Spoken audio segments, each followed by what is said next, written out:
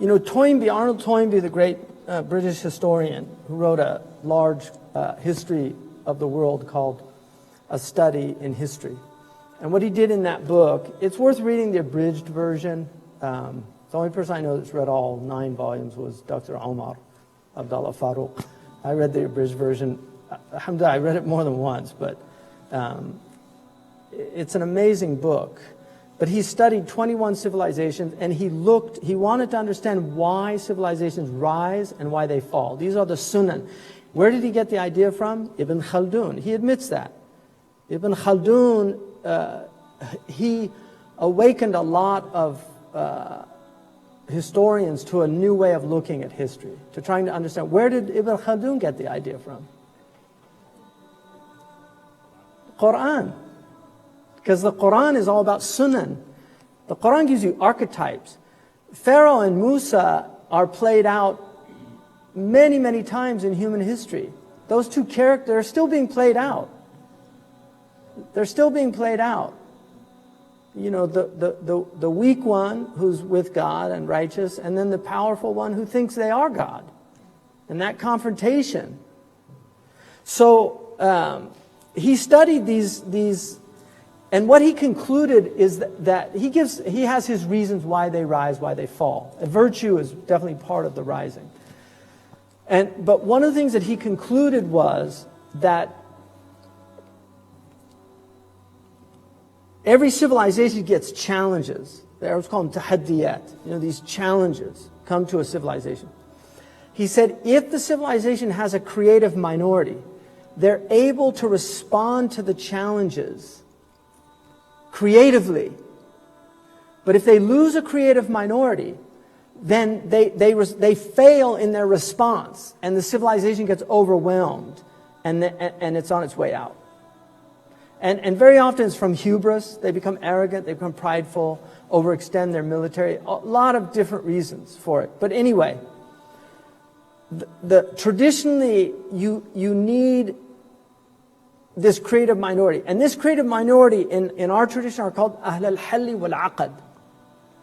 They're the people that can hal, yuhallilu shay'an, like it literally means to untie a knot. So in other words, they have something called reverse engineering, where you take it apart in order to understand how it works.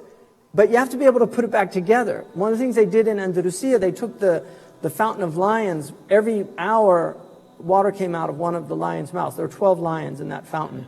So the Christians took it apart. They never were able to put it back together, how it worked again.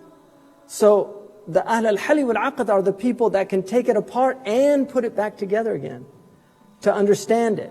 So they're able to look creatively at problems and situations, the ailments of a society, and give you sound solutions for addressing those ailments. When you lose those people, you're in trouble.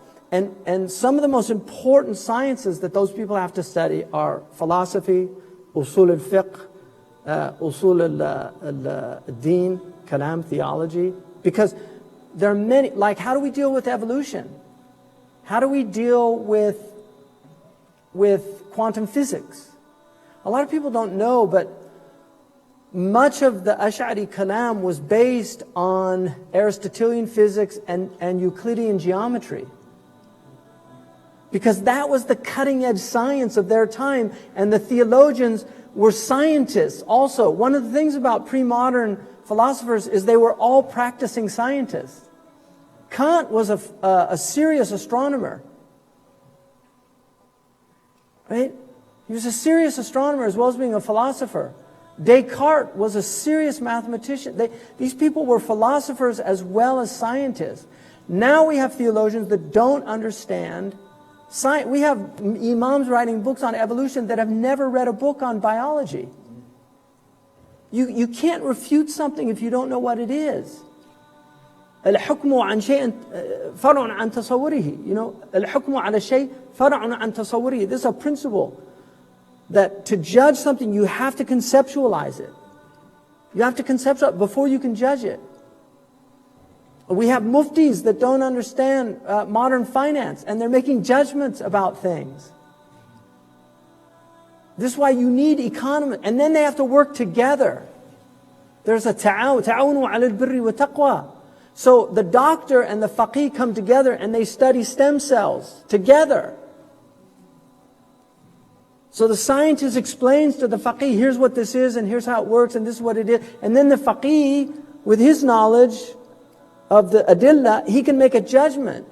But if he doesn't know those things, he can't make any judgment.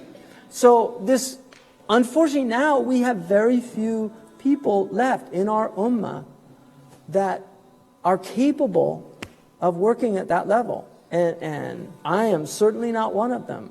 And first to admit it. And I know maybe a few people in the ummah that I feel the Catholics have a lot more than we do, unfortunately. They really do. Because they have theologians that are physicists. I mean, Wolfgang Smith, I wish we had a Wolfgang Smith in the Islamic ummah. I wish we had a Wolfgang Smith.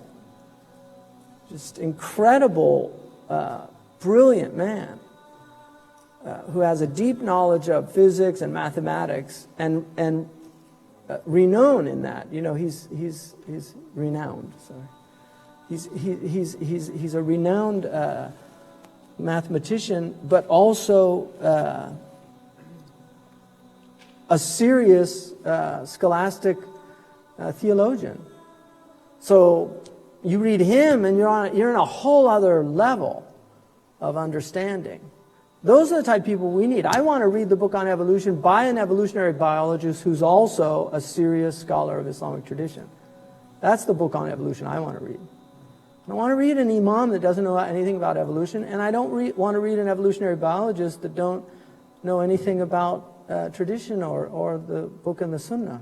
So I'd rather just wait it out, you know. I mean, I'm not going to doubt God. If God decided to make everything by a kind of trial and error, you know, I don't actually have a problem with that, because that's the way he created us. We learn through trial and error. So if he made the whole creation like that, maybe that's a possibility. I don't know. But it's not going to affect my iman. If evolution was right, it wouldn't affect my iman personally. But the idea there's no design, I'll never accept that in a million years. Yeah, the best on that is Robert Frost's poem, Accidentally by Design. Because the poet sometimes just, Yusuf al-Marmad. I mean, that's the best refutation of no design that I've ever read. And in the Min ash-shi'ri la hikmah, the Prophet said in poetry is wisdom, right?